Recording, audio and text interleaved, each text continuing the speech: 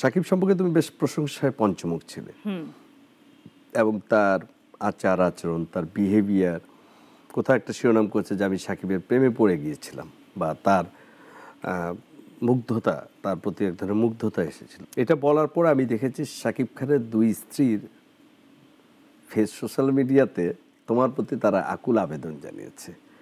আপা এত সহজেই গলবেন না, তিনি বিবাহিত। আমি এরকম কিছু দেখিনি কিন্তু। হ্যাঁ, আমি বলছি হ্যাঁ যে তাদের ঘরানা সোশ্যাল মিডিয়াতে তো অনেকে পেজ চালায়, অনেকে, এবং পেজগুলো নিয়ে বলছে যে যাই হোক, মানে কিছু তারা জিনিসটাকে খুব পজিটিভলি নেয়নি। আচ্ছা, বলবেন না তারপর? তারপরে যেটা হয় আর কি। আচ্ছা, আমি প্রথমত এটা দেখিনি। তার আগের প্রসঙ্গে আসি। প্রেমে পড়ে গেছি কথাটা কিন্তু আমি কোথাও বলিনি, কখনো কোথাও বলিনি। এটা কোনো অন রেকর্ড আপনি পাবেন না। না আমি কোনো অন রেকর্ড ভিডিওতে আপনি দেখবেন কোথাও আমি ইন্টারভিউ দিতে গিয়ে বলেছি, না কোনো গণমাধ্যমকে বলেছি, যে তারা কোনো প্রিন্ট মিডিয়ায়ও আপনি এটা দেখতে পাবেন না। এটা কিন্তু কোনো পেজ থেকে বা কিছু থেকে এখন অনেক ফ্যাব্রিকেটেড নিউজ যায়। তো আপনি নিশ্চয়ই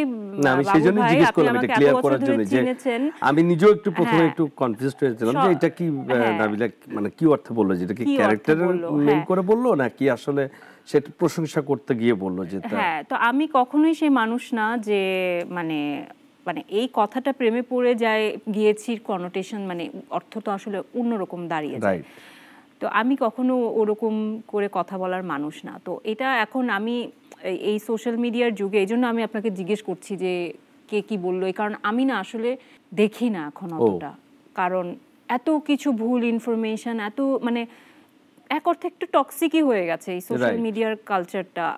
আর আমি এটা বিশেষ করে ফেস করেছি তুফান করার, মানে তুফানের নাম ঘোষণার পর, যে এত কথা, এত কিছু না জেনে না বুঝে কিছু বললেও দোষ হয়ে যায়, না বললেও দোষ হয়ে যায়। তো তার মধ্যে এটাও একটা, যে এই কথাটা আমি কোথাও বলিনি। আপনি কোনো মানে সোর্স থেকে আপনি এটা খুঁজে পাবেন না, অথেন্টিক সোর্স থেকে যে আমি কথাটা বলেছি। আমি বলেছিলাম যে উনাকে যখন আমি ফার্স্ট টাইম দেখেছিলাম, আমার দেখে প্রথম জিনিস মাথায় এসেছে উনি অনেক সুন্দর, যেটা সত্যি কথা, উনি অনেক সুন্দর। আমার মাথায় এটাই এসেছে, বা লোকটা তো অনেক সুন্দর, এই কথাটা আমি বলেছি।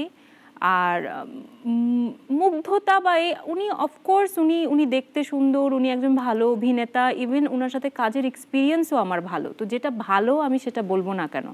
তো সেগুলো ভালো, সেই পজিটিভ দিকগুলো আমি বলেছি, কিন্তু আমি কোথাও এই কথাটা বলিনি যে আমি ওনার প্রেমে পড়ে গিয়েছি। এটা কিন্তু খুবই ভিন্ন একটা, এটা আসলে লোকে কেউ না কেউ এটাকে।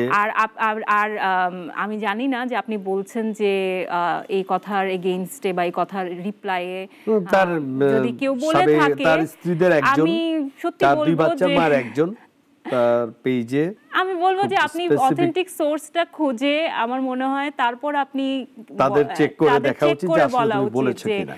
না, তোমাকে সে কোনো ইয়ে করে, কিন্তু সে বলতে চাইছে যে আপা এত সহজে গলবেন না, উঠবেন না, বা এরকম কথা মানে বোঝানোর চেষ্টা করেছে। কিন্তু তারপরও থাকে কি, সমালোচনা আলোচনা থাকবে, কিন্তু তুফান এমন একটা জায়গায় চলে গেছে যে শাকিব খানকে নিয়ে যদি আরো 20টা মানে যে কোনো ঘটনার কথা এখন উল্লেখ করা যায়, সেটা আসলে গৌণ হয়ে গেছে, মুখ্য না। মুখ্য হচ্ছে মানুষ অনেকদিন পরে আবার সিনেমা হল মুখী হয়েছে, সিনেমা দেখছে,